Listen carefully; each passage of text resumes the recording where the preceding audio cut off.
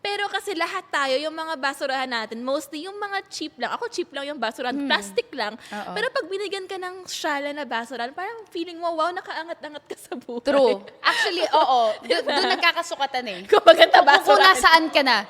Asang ka na ng estado sa buhay pag maganda yung basurahan mo. Diba? Kasi basurahan lang yun, pero maganda pa din. Diba? Parang umabot ka doon na may extra money ka para mag-invest sa magandang basurahan.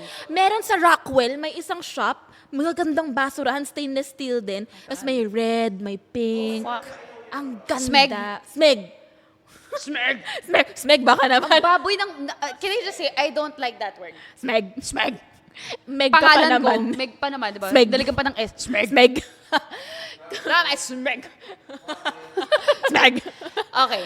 So, Yan, yan. basurahan. Happy for you. So, dahil dyan, nananawagan ako sa ating mga chicksters at chixilogs.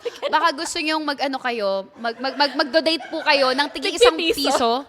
Okay, gagawa tayo ng GCash account. Mag-fund me tayo ng para sa Nitori Stainless Steel Basurahan ni Hershey. 3.5 po yun. 3.5. Tsaka, aside from that, hindi, priority. Kasi, Christmas eh. Yung kay Miss Rufa, hindi ko alam hanggang kailan aabot yon para guesting- umabot sa TF niya. Para yung makaguess si Rufa May. Para lang makaguess. Gusto ko sana pang 69th episode, pero mukhang hindi mangyayari yon. So, dun tayo sa 100th episode. Feel ko makakakuha na tayo ng enough funds for that.